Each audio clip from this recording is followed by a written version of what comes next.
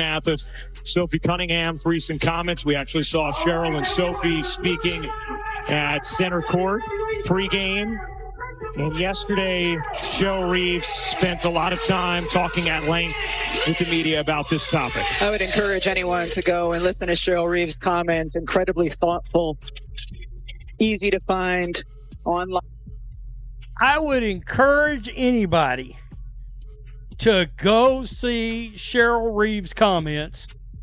By the way, Sophie did not look like she backed down from Cheryl Reeve. You know, I think both of us understand that we have platforms, and we both talked about wanting to, more than anything, educate. And there are some things that we have in common, and maybe some things you differ on, just like any issues. And I think it's how you handle things. And so, it was nice to be in person for sure. A basketball game turned into a t-shirt statement, and somehow the person wearing it never once mentioned the teenage girls who actually got yelled at days earlier. Cheryl Reeve walked out before tip-off in a shirt reading trans. Kids belong. And within minutes the clip was everywhere, not because of anything that happened on the court, but because of what she left out entirely. Game, and people have been posting it, that it looks like Cheryl Reeves and Sophie had a good talk, and ultimately it looks like Sophie actually approached Cheryl Reeve. People have been calling Sophie Cunningham the MAGA poster child of the WNBA, but no matter what city the Fever has rolled up to since the incident, it looks like she has a ton of support around the country thanking her for protecting the kids. But Cheryl Reeves, a longtime coach in the WNBA, has been very outspoken even during her times where she was supposed to be talking about the Minnesota Lynx, saying that she does support trans kids and she was not supportive of everything that's happening with Sophie. I do feel like Sophie's trying to clean this up and move forward. Listen, the Fever are hot right now. They just won. It's worth sitting with how deliberate that moment looked. This wasn't a coach getting caught in a candid photo somebody snapped by accident. This was Reeve walking out in full view of every camera in that arena, timed right before tip-off in. A shirt that was clearly meant to be read, and... So the WNBA seems to be getting more attention than it ever has before, but not necessarily for a good reason. We went from let's all support women's sports to forgetting why the WNBA exists in the first place. A player last week came out and said that she does not believe men should play in women's sports, and it's created this nationwide outrage. This is the head coach of the Minnesota women's team wearing a Trans Kids Belong t-shirt. And now there's protests going on in Minneapolis outside of this arena for the pro-women's sports side and then the pro-trans side.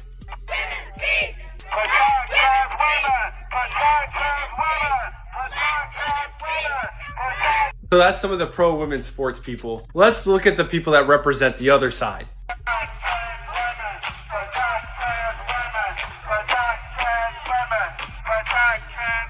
You can see the difference, right? If there was no biological advantage to being a man versus a woman when it comes to sports, the WNBA would have never been created because all those women would just play in the NBA. But they cannot play in the NBA because they are not skilled enough to play in the NBA. And you have players and coaches that would rather virtue signal and destroy their league than admit there's an issue there. If you're going to make a statement that big in that setting at that exact moment in this specific controversy, people are going to ask what you're actually responding to, and what she was responding to was nothing. It was a controversy that already had real victims, and they weren't the ones she seemed to be talking about. A WNBA team owner cussed out these two 16-year-old girls for supporting Sophie Cunningham. These two girls were sitting courtside at last night's Fever Storm game in Seattle, holding a sign that said, "Thank you, Sophie, for speaking up for girls." But it didn't last long because team minority owner Celeste Keaton came up to them to let them know what she thought. She told the girls, "Jesus loves everybody, and I hope he can forgive you for what you have done." She called them effing insane and said, "God help you." They were asked to take their sign down. You're not allowed to have political signs at WNBA games. But do you know who wasn't bothered? The person next to them, or these people in the stands. The girls were also berated by this grown man in the stands, shouting to security to take out the trash. The Seattle Storm majority owner issued a half-hearted apology on behalf of the minority owner. There's a circulating report that that owner has also been fined and suspended from attending games. Sophie Cunningham has heard about all this, thanked the girls for standing up, and said they'll be hearing from her soon. She also called the actions of the minority owner embarrassing. But if you Rewind a few days, a Seattle Storm co-owner had just been fined and suspended for confronting 2 teenage fans over a sign that simply thanked Sophie Cunningham for speaking up for girls in sports, and slurs on that sign. No attacks on any player, just gratitude. That co-owner cursed at kids, made one of them cry, and got benched from home games. For it, the actual story sitting underneath everything Reeve did next point 2 teenage girls brought a sign into the arena that read, "Thank you, Sophie, for speaking up for girls." That's the entire message, and hate. No call-outs of any player, nothing pointed at anyone on the Storm roster. WNBA did suspend this owner from attending the next 5 games. She was also fined, but whatever. Sophie Cunningham responded by draining a 3 in front of the crowd, who booed her every single time that she got the ball. Cunningham's the one who got the last laugh because the fans were there to see her. And her merch sales through the roof.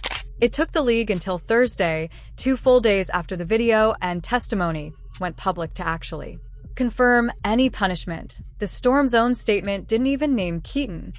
IT talked about wanting everyone to feel welcome without describing what actually happened or why a co-owner felt entitled to confront paying customers, including minors, over a sign supporting a player on the visiting team.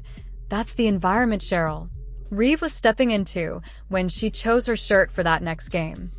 On that same vein, in that story with ESPN, you talked about wanting to protect young girls who shouldn't have to go against biological men. Just can you expand your viewpoint on that? I mean, I think I said what I said. I think it's kind of common sense. And I think I'll always believe in that. I think it's really important to protect children. And that's little girls who are also involved in that category. And so I stand on what I said, and I always believe that. Yeah. Do you see your advocacy on that, like, taking any form going forward? You know, I don't know. I'm not a very political person, but I do have beliefs. I have morals, and I'll always stand on those and be true to who I am. And I think people are going to take it how they want to take it, but I've never even really said anything about that. And so when it comes just to protecting young girls in sport and women in sport, I feel very strongly about that. I think that's why you have Title IX. That's why you have some of the greats in women's sports. If Title IX and women's sports weren't protected, then you wouldn't hear about any type of women in sport. And so I think in the future, it's just really important to protect. Sophie's whole position has never been complicated. She said she wants women in women's sports and men in men's sports. Plain as that. And she said it without naming anyone or attacking anyone.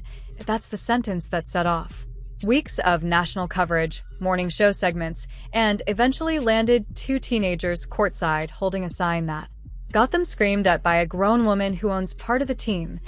It's a policy opinion stated plainly. In response to a direct question from a reporter, whatever anyone thinks about the underlying issue, that sentence by itself isn't hostile toward anyone specific. IT became a national story because people attached their own assumptions to it, not because Sophie said something cruel or targeted. You think, I guess, along the line like that, it goes against perhaps, some people might say, hey, for the trans community, this could be something that could come back on us or be targeted against us. Like, how do you, I guess, view that sort of critique? You know, like I said, I extend love, and I don't dislike anyone. Like, I think there's room for absolutely everyone here, and I think there's room to love everyone. And I truly think when you get people in the same room, you have conversations, you actually have a lot in common with a lot of people. And so I'm there to love. But I'm also there to love biological women, and I think that there are rights that need to be protected. And like I said, I'm going to stand true to that. I'll never falter in my beliefs in that, but I have never once said I hated the trans community. Like I said, I think there's space for everyone.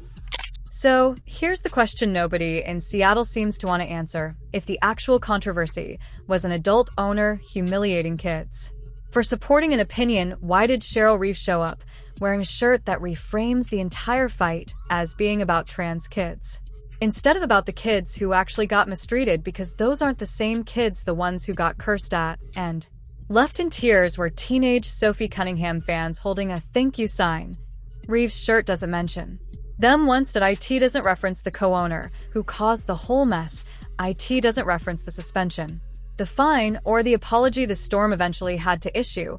IT skips straight past all of that and lands on a message that makes it sound like Sophie's the one who needs correcting.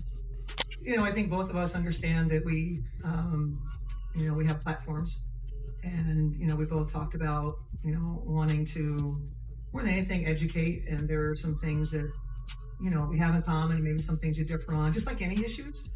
And I think it's how you handle things. And so it was nice to be in person for sure. When reporters asked about it post-game, Reeve leaned into the shirt being a statement of values, talking about inclusion and safety. For trans youth in sports broadly, fine sentiment on its own, and nobody's arguing kids shouldn't feel safe. But notice what she didn't say in that same breath.